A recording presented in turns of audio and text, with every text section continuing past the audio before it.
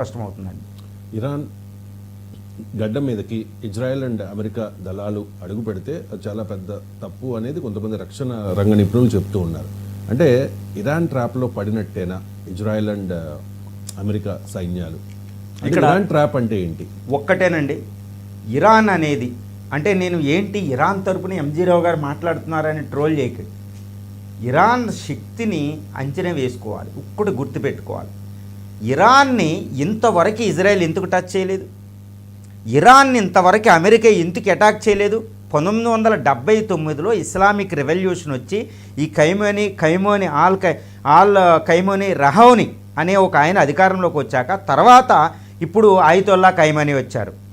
వీళ్ళిద్దరూ వచ్చిన 1979 నుంచి అమెరికా ఇప్పటివరకు ఇరాన్ ఎందుకు టచ్ చేయలేదు అనేది పెద్ద ప్రశ్న. ఎందుకంటే ఇరాన్ ప్రపంచంలో ఒక కొరకరాని కొయ్యలు ఎవరంటే కొన్ని దేశాలండి. ఆ దేశాల జోలికి వెళ్ళరు, ఎందుకంటే ఆ దేశం ఓడిపోవడం అనేది అసంభవం.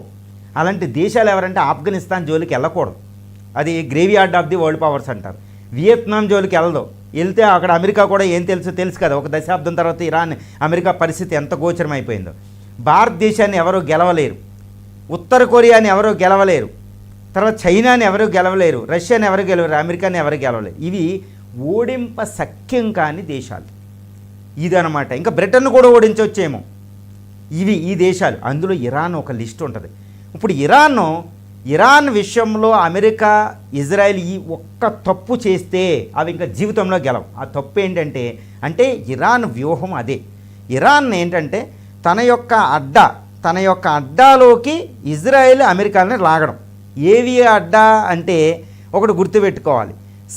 ఇరాక్ ఇప్పుడు ఆఫ్ఘనిస్తాన్ తీసుకుంటే ఆఫ్ఘనిస్తాన్కి అమెరికా ఎయిర్ ఫోర్స్ వెళ్ళి అక్కడ ఉన్న తాలిబాన్ని నేలమట్టం చేసింది. అమెరికా అక్కడ విజయం సాధించింది, తాలిబాన్ పారిపోయింది. అప్పుడు ఒమర్ అని వాళ్ళు వెళ్ళి చనిపోయారు, జరిగింది అక్కడ విజయం. కానీ అమెరికా దళాలు ఆఫ్ఘనిస్తాన్లోకి వెళ్ళిన తర్వాత అది ఓటమి చెందింది. ఇప్పుడు ఇదే ఇక్కడ అమెరికా ఇజ్రాయెల్ దళాలు గ్రౌండ్ అటాక్ మొదలుపెట్టినప్పుడు ఇంకా ఇరాన్ విజయం సాధించినట్టే. ఆ ఒక్క తప్పు చేయకూడదు, కానీ ఆ తప్పు వైపు వెళ్తుంది. ఇరాన్ కూడా వాళ్ళని రెచ్చగొడుతుంది. ఏ విధంగా రెచ్చగొడుతుందో చూడండి. హర్మూజ్ స్ట్రైట్ దగ్గర ఈరోజు 6వ రోజు యుద్ధంలో అక్కడ 2 నౌకలు పేలిపోయాయి. అంటే ఏంటి, ఈ ఇస్లామిక్ రిపబ్లికన్ గార్డ్స్ కార్ప్స్ అనే దాని దగ్గర కొన్ని వేల లక్షల వరకే మిలిటరీ బోట్స్ ఉంటాయి, చిన్న చిన్న బోట్స్ అని. గన్లో ఈ మైన్స్ పట్టుకుని వెళ్ళి వచ్చిన ఆయిల్ ట్యాంకర్ మీద అటాక్ చేసి పడేస్తాయి. అవి స్వామ్ ఆఫ్ మిలిటరీ బోట్స్ అంటారు. అవి వెళ్తే ఎయిర్క్రాఫ్ట్ క్యారియర్ని కూడా ముంచేస్తాయి అవి. ఇప్పుడు పర్షియన్ గల్ఫ్లో ఈ హర్మూజ్ స్ట్రైట్ దగ్గర అవి దిగి ఉన్నాయి, లక్షలు దిగి ఉన్నాయి. అవి శక్తి అవి. ఇప్పుడు అవి వెళ్ళి 2 నౌకలు పేల్చేసినాయి. ఇప్పుడు హర్మూజ్ స్ట్రైట్ని క్లోజ్ చేస్తే అక్కడ అమెరికా దళాలు రావాలి దాన్ని క్లియర్ చేయడానికి, లేకపోతే అమెరికా మీద ప్రపంచం అంతా పడుతుంది నీ వల్ల ఇది జరిగిందని. అది రెస్పాన్సిబుల్. నేను తోపుని అంటుంది కదా, అక్కడికి వెళ్ళాలన్నమాట. సో బాబు తోపు అక్కడ హర్మూజ్ స్ట్రైట్ని క్లియర్ చేయి అని అంతర్జాతీయ దళాలు అడిగితే ప్రతి దేశం అడిగిద్ది. ఇప్పుడు ట్రంప్ బాధ్యత సుప్రీం పవర్గా అక్కడికి వెళ్తాడు, అంటే గ్రౌండ్ అటాక్ జరిగిద్ది. నేను ట్రంప్ కూడా అన్నాడు, మా దేశాలు అటాక్ రెడీగా ఉన్నాయి, మా దళాలు నిన్ను అటాక్ చేస్తే కనివిని ఎరిగినవని. కానీ అదే ఇరాన్కి కావాల్సింది, ఆ దళాలు అక్కడికి వెళ్ళాలి. ఇప్పుడు ఇజ్రాయేలీ దళాలు కూడా సుమారు ఎంతో ఉండవండి. ఇజ్రాయేలీ దళాలు చాలా తక్కువ, 3-4 లక్షల సైన్యం అంతే, దాని దగ్గర ఏముండదు. అందులో 1 లక్ష సైన్యాన్ని 50,000 సైన్యం జరిగిందనుకో మళ్ళీ వెనక్కి తిరిగి వచ్చే ప్రసక్తి ఉండదు. ఒక బ్రిటిష్ మహాసామ్రాజ్యమే, సూర్యుడు అస్తమించని బ్రిటిష్ సామ్రాజ్యం ఆఫ్ఘనిస్తాన్ వెళ్తే కేవలం 2 సైనికులు తిరిగి వస్తారు 18వ శతాబ్దంలో, అది కూడా భారతీయులు తిరిగి వచ్చారు. అలా ఉంటుంది ఆ యుద్ధాలతో ఆ మౌంటైన్లో. అంటే ఏంటి, ఇజ్రాయెల్ అమెరికాని ఇరాన్ రెచ్చగొడుతుంది వ్యూహాత్మకంగా, చాలా వ్యూహాత్మకంగా. వాళ్ళు రెచ్చిపోయి ఆవేశంగా మేము తోపులు ఇరాన్ ఆల్రెడీ ఓడించాం, ఇంకా టెహరాన్నే అటాక్ చేస్తున్నామని వాళ్ళ గ్రౌండ్ ఫోర్స్ అక్కడికి వెళ్తే అక్కడ IRGC ట్రూప్లు ఉంటాయి, ఇక్కడ మెరైన్ బోట్స్ ఉంటాయి. వాళ్ళ నౌకాదళం వాళ్ళ యొక్క సైన్యం ముందు America marines, Israeli forces, ghost army లాంటివి కూడా వాళ్ళ దేశం వెళ్ళి అక్కడ పోరాడలేవు. అది ఇరాన్ వ్యూహం. ఇంకా దీర్ఘకాలిక యుద్ధంలోకి వెళ్ళిపోతాయి.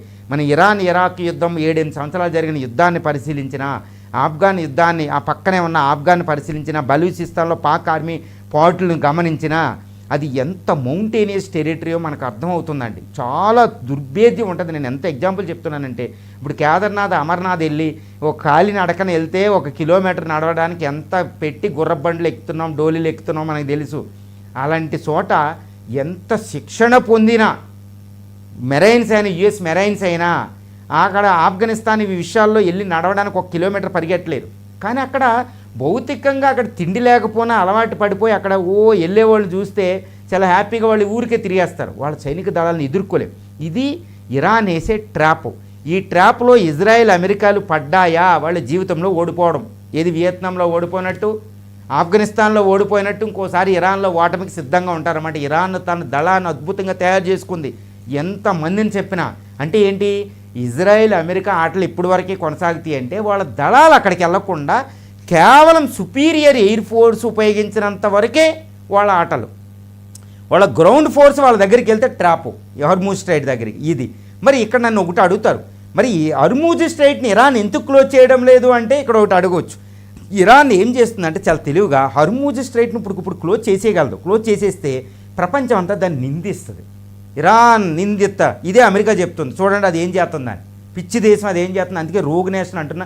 దాన్ని నాశనం చేయాలని ఇంకా అటాక్ చేస్తాడు ఎయిర్ ఫోర్స్ ద్వారా, అణుబాంబు కూడా వేయచ్చు. ఇరాన్ ఏం చేస్తుందంటే కనీసం ఇప్పుడు అమెరికాని ఇజ్రాయెల్ రెచ్చగొట్టి ఇంకా నాశనం, ఇంకా ఎక్కువ దెబ్బలు తిన్నాక చూడండి నాకు ఆత్మరక్షణకి నాకు దిక్కు లేక హర్మూజ్ స్ట్రైట్ని క్లోజ్ చేస్తున్నానని ప్రపంచానికి నమ్మబలికింది. చూసారా, ఇది డిప్లొమసీ అంటారు. విదేశాంగ విధానంలో గత 2 రోజులుగా అమెరికా ఇజ్రాయెల్ ఆవేశపూరితంగా వెళ్తుంటే ఇరాన్ ఆలోచనపూరితంగా వెళ్తుంది. ఎన్ని దెబ్బలైనా తింటూ దెబ్బలు తిన్నాక నన్ను చూడండి ఇంకా ఆత్మరక్షణ నాకు దిక్కు లేదు, చూడండి అమెరికా వచ్చి నన్ను ఇంకా మొత్తం నా అస్తిత్వాన్ని నాశనం చేద్దు కాబట్టి హర్మూజ్ స్ట్రైట్ని క్లోజ్ చేస్తున్నానని ఇటు చైనాకి అమెరికా ఇండియాకి చెప్పగలగాలది.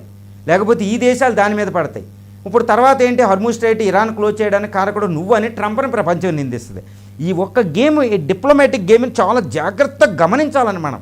చూడండి పాకిస్తాన్ మనం ఈజీగా కొట్టేయచ్చు 3 రోజుల్లో. కానీ ఇండియా డిప్లొమాటిక్గా విదేశాంగ విధానం చూడండి ఇంత ప్రతినిధులు పంపించి ప్రపంచవ్యాప్తంగా చేసిన తర్వాత డిప్లొమాటిక్ విన్ అంటారు. ఎప్పుడు కూడా యుద్ధాలు డిప్లొమాటిక్ విన్ ఉండాలి. ఇందిరా కూడా బంగ్లాదేశ్ను ఓడించి 2 ముక్కలు చేసేటప్పుడు ప్రపంచంలో ఉన్న డిప్లొమాట్స్ని అందరినీ అలర్ట్ చేసి అందరికీ కన్విన్స్ చేసిన తర్వాత బంగ్లాదేశ్ని విడదీసి పడేసింది. ఈ విదేశాంగ యుద్ధాన్ని ప్రపంచవ్యాప్తంగా మనం గమనించాలి, అప్పుడే అర్థమవుతుంది. అంటే ఇరాన్ ఇక్కడ చాలా ఆలోచనాపూరితంగా స్లోగా ఇస్లామిక్ వరల్డ్లో ప్రపంచవ్యాప్తంగా ఇప్పుడు ఇండియా లాంటి దేశాలతో మేము హర్మూజ్ స్ట్రైట్ని క్లోజ్ చేస్తున్నాం అంటే దిక్కు లేదండి, ఇంక ఇదే లేదా మమ్మల్ని చంపేస్తారు, మా అస్తిత్వం ఉండే ఇజ్రాయెల్ అని చెప్తుంది. కాబట్టి ఇక్కడ ఇజ్రాయెల్ అనేది చాలా జాగ్రత్తగా యుద్ధం చేస్తుంది. ఈ ట్రాప్లో ఇజ్రాయెల్ అమెరికాలు పడితే వాటి ఓటమి తథ్యం